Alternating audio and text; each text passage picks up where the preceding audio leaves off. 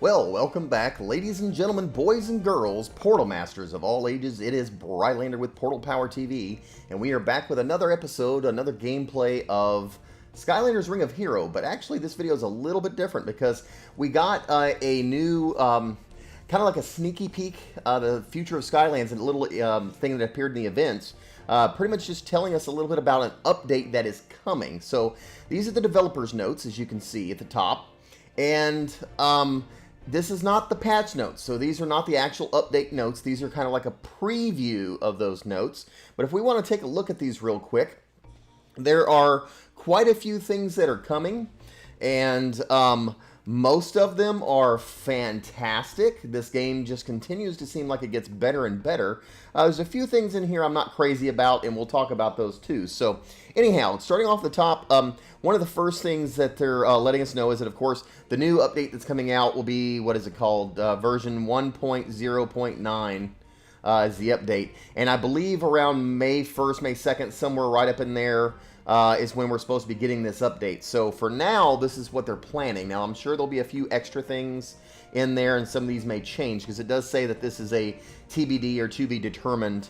So once the actual patch notes are published, then we'll have the full story. But anyway, one of the first things that they have in here is talking about the evolution. So evolution evolved.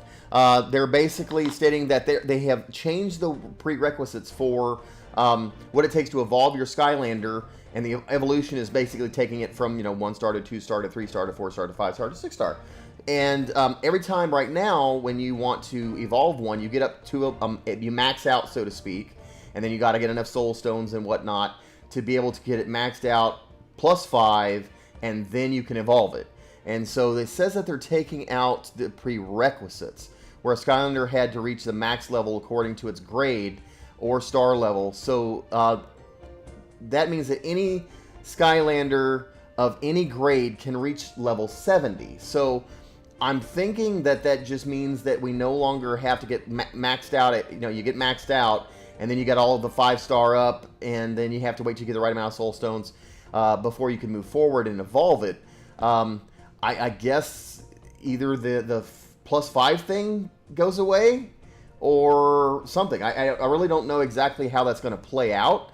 But basically, you don't have to get stalled at that max and then get everything, I guess plus 5 up before you can continue to just level them up. So that'll be remain to be seen exactly how this plays out, but it's supposed to help progression, getting a higher level, or even a Skylander of level 70 a little easier. And so that means that you don't get stalled out, whether you have a 5-star and want to get them up all the way to level 70, or you have a 1-star and want to get them to level 70. You can pretty much do that without getting stalled quite as bad. So we'll have to wait to see how that plays out.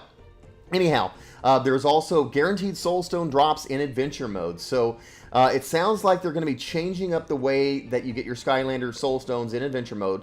Right now, you can do a 10 times auto run, on level 3, 6, and you may get a few soul stones, or you may not even get one. Sometimes it's even possible to do that. So they're going to be guaranteeing that you'll be getting a certain number of soul stones.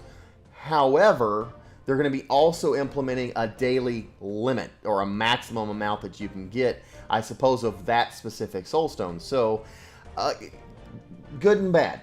Good and bad. So if you're willing to just sit there and grind away and spend a lot of energy and just go, auto run, 10 times auto run, 10 times auto run, 10 times auto run, and, you end up getting 30, 40, whatever soul stones, but it takes you all day. Now if they cap it, like, for example, at 10, the most you can get is 10 a day. So we don't know what the cap is. They're not discussing that yet, but at the same time. So again, a good thing and a bad thing, But, for people who can't spend hours on end grinding away, you can play for, 30 minutes, maybe an hour at most, and still get some decent progression, get some soul stones, whereas before you might have only gotten a couple. So that'll be a good thing too. So it says every Portal Master will have the chance to earn a certain amount of soul stones from adventures.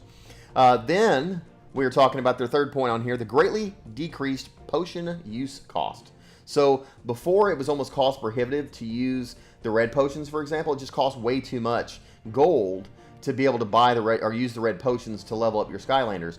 They are supposedly dramatically decreasing the amount of gold it costs to use potions, both red potions and blue potions. So hopefully they have a little bit more purpose of being here, because I think a lot of people were complaining they were just selling them for the gold because they really weren't worth using. So there was a few people, I think Vulcan for one, mentioned that he was just, for the time being, he was just going to save them, whatever. He's going to see if they change the game later on. Maybe they would, it'd make more sense. Well, if he in fact kept saving his potions for the time being, he ought to be in for a treat. So I've pretty much been selling my red potions, shame on me, and just using the blue potions to upgrade my villains. So upgrading the villains should be a little bit easier, and the gold cost for using those potions should be lower. The other thing that they mention is that all potions, regardless of the size, whether you got a small potion, medium, large, extra large potion, will all cost the same amount of gold to use.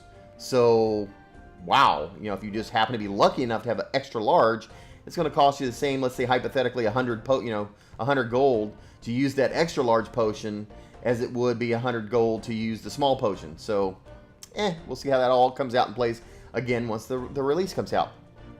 There's also going to be Master Eon's Guide. Okay, so this is a new what are they referring to it? A new Eon's Guide mission. So my assumption is that this is going to be like in the events tab. It'll just be something that'll last for a certain period of time, like some of the other, we had something for Hugo. We also had a Master Eon's thing. I think that still may be going on unless you completed it like I have. But the different guide missions that you can get. But they have selected some of the fan favorite, Portal Master favorite, they call it, Skylanders. And they're going to be using and giving away soul stones to those Skylanders through these Master Eon's missions. And you'll be completing the missions. You'll get even more soul stones from various Skylanders, and even get a legendary Skylander once all the missions are complete. So anyway, they say you'll even get a legendary Skylander. Okay, it doesn't say Skylander soul stones. It says a legendary Skylander. So maybe it picks one you don't already have, and boom, you automatically get it if you complete all of the missions. Wow, this could be cool. All right, so here's one of the downers. The companion villain cooldown time renewals. So they're revamping it. Right now, most of them take, I think it's 30 seconds it takes for the cooldown to use any of the villains. And then afterwards, it takes a certain amount of time to get to re-summon them, so to speak. And I think that summons changes from Skylander to Skylander, so they're revamping those. The initial cooldown is changing for many of them, and most of them are getting improved. So whereas now it takes them 30 seconds for a current cooldown, later on Chompy, for example, will have only a 10-second initial cooldown, but then 35 seconds to resummon him. And I know that some of them take I think Chef Pepperjack has a 60-second cooldown currently, and he will be going to, let's see what his turns into. I don't even know if they got Chef Pepperjack on here. They actually didn't list him on the list. That's kind of weird. Okay, so they don't have the boss villains on this list, but they do have all the standard companion villains. And so Broccoli Guy is the one that's the downer, because they're taking him to a 60-second resummon.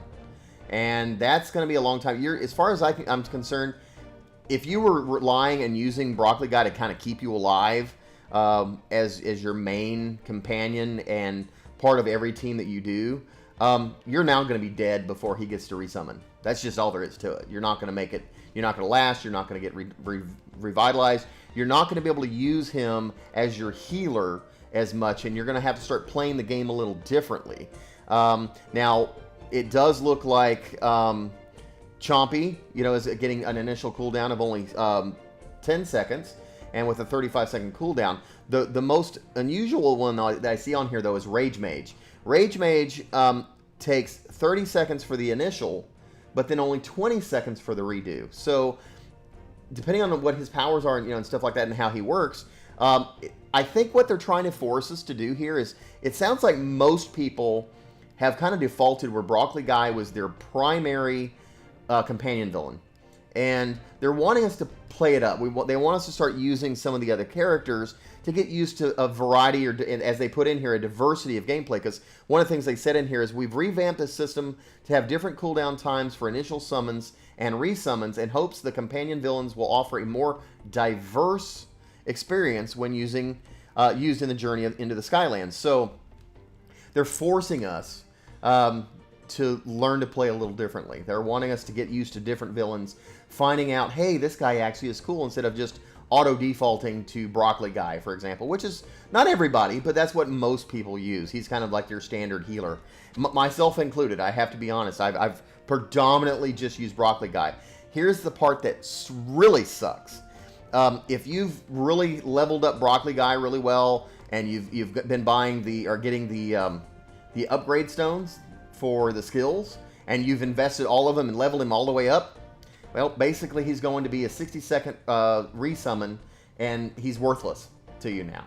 So unfortunately, for those of us that have been playing for a while and really putting time and energy into Broccoli Guy, Comtois just came along with one fell swoop and just knocked our heads in the dirt with that. So I'm not a fan. I'll definitely be telling my contact with Comtois that I'm not a fan of this thing. Hopefully they won't let it stick and they'll change up Broccoli Guy a little bit, because I put a lot of time and energy. That, or I think I was watching one of Tectone's videos. He had mentioned that maybe they'll give us a refund on some of the skill stones upgrades that we've spent on that, if for what they're doing with Broccoli Guy. So I would probably be okay with that, because I've put all this time and energy, and I've used a lot of skill stones, or upgrade stones that I probably would have used somewhere else if this had been in place 2 months ago, kind of deal. So anyway, a lot of them, it's a good thing. The only one I'm not happy about is Broccoli Guy.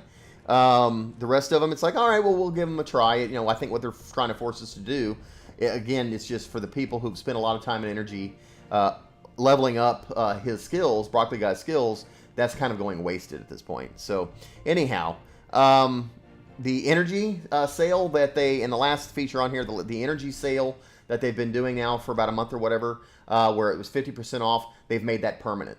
So many people have reached out and said, hey, you know what, thumbs up, we really like the rate that for the gems versus the energy that we get has really helped our gameplay a lot. We're enjoying it a lot more. Comtois said, you know what, they're listening, and they're giving us that as a permanent discount. So that will be the permanent, ongoing price for energy. So that's pretty good. Anyhow, guys, so again, this update will be coming right around May 1st, 2nd, 3rd, somewhere right up in there. I don't know, I have the exact date. I was told, but I just don't remember off the top of my head. And it's not printed here, so I don't think they've got it actually saying where it's going. But I think we'll go back to our regular game.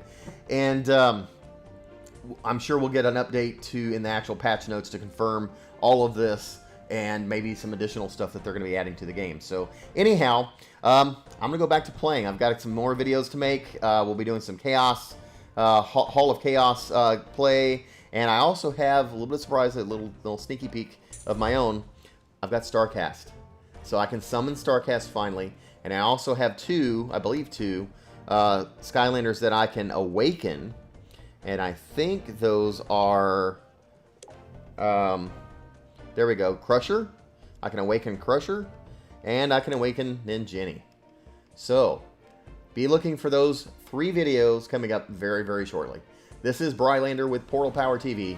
Signing off. Don't forget to like, comment, and subscribe. We'll see you in the next video. Take care. And God bless.